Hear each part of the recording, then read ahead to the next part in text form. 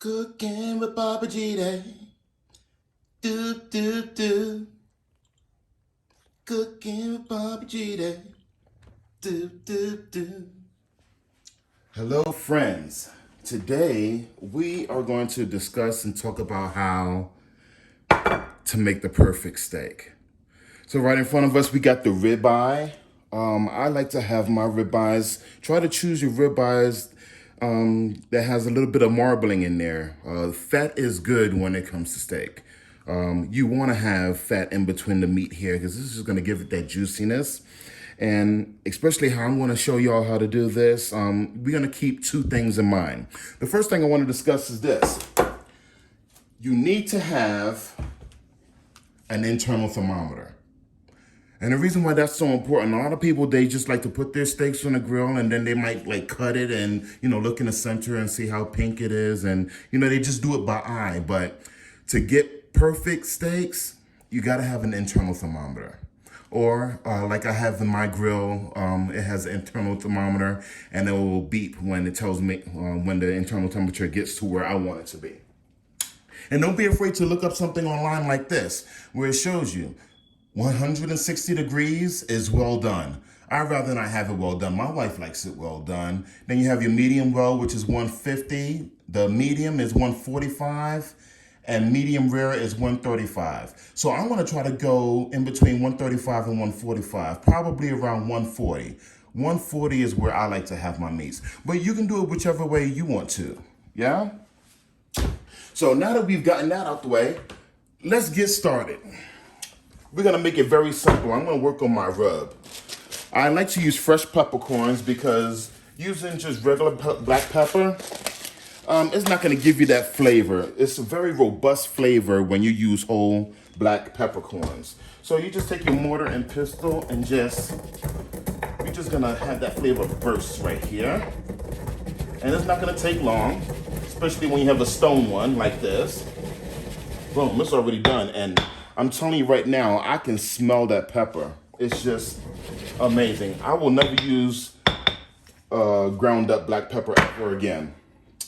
Then I'm just gonna use a little bit of some pink Himalayan salt. You don't really need that much. I will season my sodium to taste once I bring it out of the grill. I also like this stuff right here. I had to get another one. It's just brand new. It's the brown sugar bourbon. Yeah! A little rub. It smells amazing. And then garlic jalapeno. I just love the way that tastes right here. It just gives it that little kick of the jalapeno. Plus it has a little bit of garlic in there. And then I'm gonna finish it up with some butt rub. That way I don't have to use any barbecue sauce. I have that barbecue flavor. And I'm probably going to put just a little bit more than the rest of the seasonings in there. And I'm just gonna mix it all together. That's gonna be my rub. Yeah! It's that simple. Now what I like to do is I'll get like a bowl like this and I'll pour maybe like half of it in there. And I'll take my whole ribeye and just toss it in there. That way I get even coverage all over that ribeye. You see what I mean?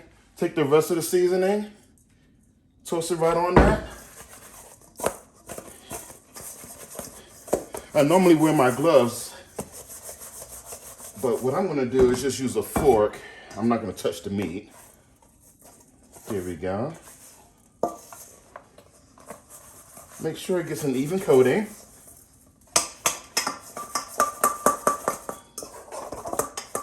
And you have to work it for a little bit. Yeah! And eventually you'll get what you want. What you're looking for, you want an even coat all the way around, even on the sides. Don't forget the sides. And I already got the grill set at 275 degrees. The first thing I'm gonna do is I'm gonna get it to an internal temperature of 110. And after I get it to 110, excuse me, that pepper's getting to me. Hold on. Okay, I thought I had to sneeze. It's coming up. Excuse me.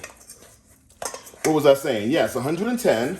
And then once I get it to 110, then I'm going to do a reverse sear, which means I'm going to put my grill up to about 475 to 500 degrees. And then I'm going to have some reverse sear marks on this thing.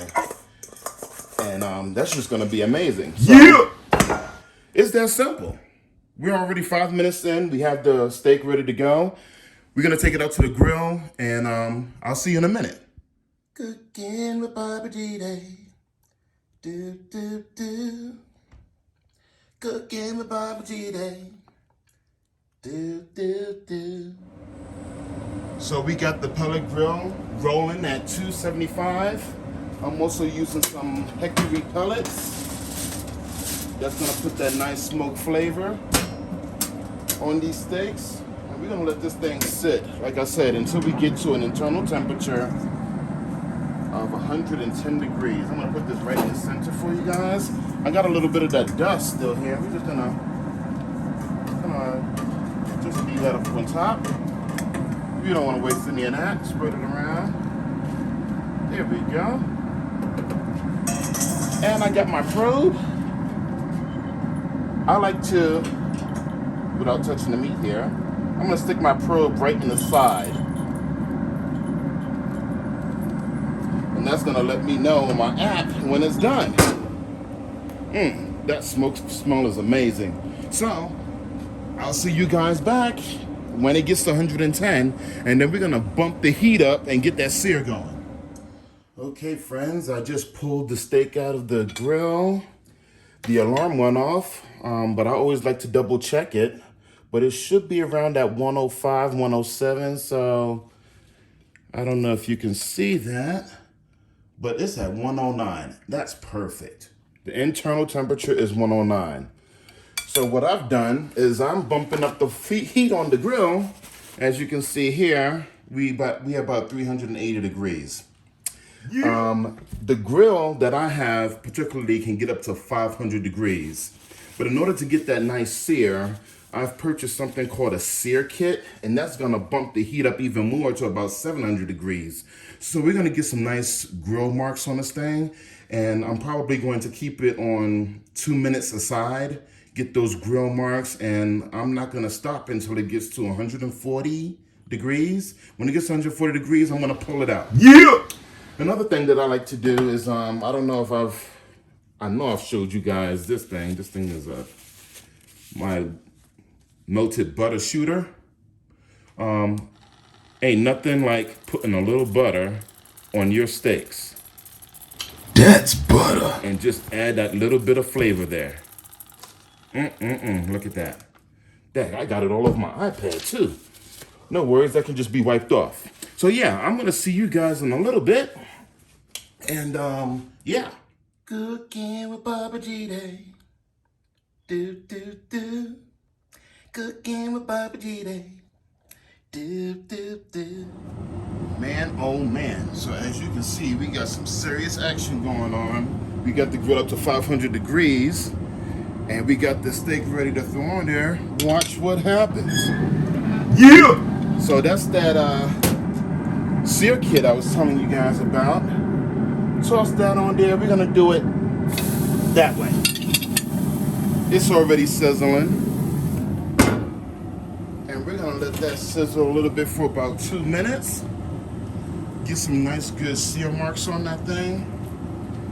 And yeah, we'll keep that temperature high, and I'll come back at y'all toward the end, because I'm not trying to make this video too long, and the brother's trying to eat. All right, friends, we're approaching the finish line. I've just already flipped this on its side twice. Let's see what we're working with. We're going to do the other side now. Long way. Oh, look at that.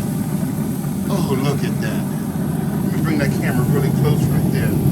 Woo! You see that? Yeah! That is what is up right there. Let me check the internal temperature because we don't want to overcook. We are right about 127. So we're gonna let that cook right there for about a minute or two. While that's doing this thing, this is another thing that I like to do. So what I did was I melted about 2 tablespoons of butter. I've crushed up some rosemary. Put a little bit more salt on there, and I have this seasoning called Greek Sensation that adds a little bit more herbs and spices. So once this thing is done and it gets to the temperature that I want, we're gonna throw that on this resting stage right in the middle of this buttery goodness right here. And we gotta let the meat sit for a little bit. So yeah, that's what we got to look forward to here. I'm gonna have that off to the side, getting ready to pull this thing off. Man, I can't wait to open this thing up. I'm not even gonna pause the video. This is not gonna be any editing right here. I'm gonna let you know exactly what happens from right on. I think it's about that time. Let me see what we got. Yeah! Check the internal temp. We at about 135. We need to flip it the long way. Here we go. Right there. It's looking amazing. We got another minute to go. Another minute to go. Because at this rate, yeah, I don't want it. I want it between 140 and 145. And if you're wondering why I keep on closing, is because I want to keep that temperature really hot. I want it to, yeah, it needs to be like Hades in there. It has to be very, very hot. Yeah! Make a fire is what I'm talking about. All right, let me open it up. See what we're talking about. We're at 140 right now. We're at 140. Let's turn off the grill.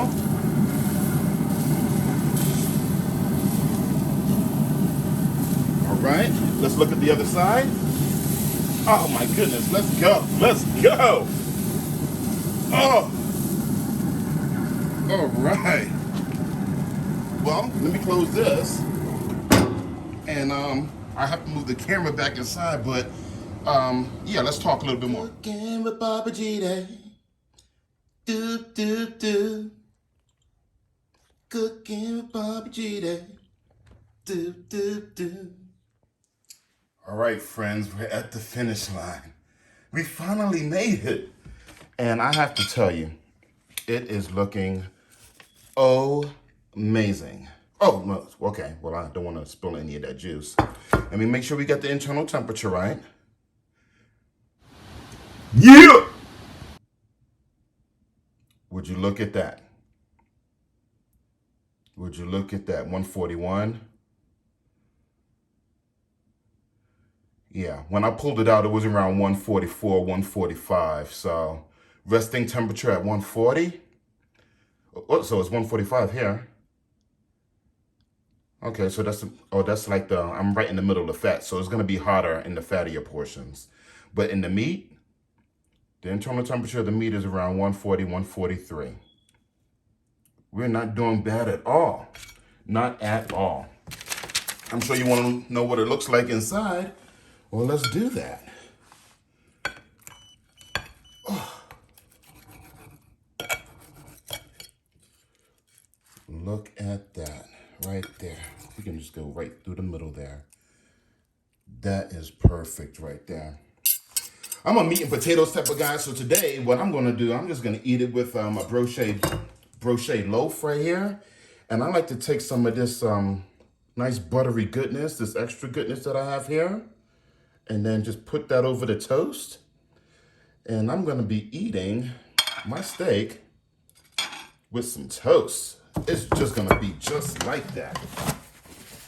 All right, friends.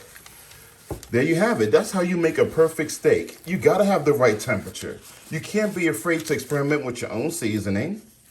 But if you get you an internal temperature and a probe, and you really watch and babysit this thing, I promise you, you can't go wrong.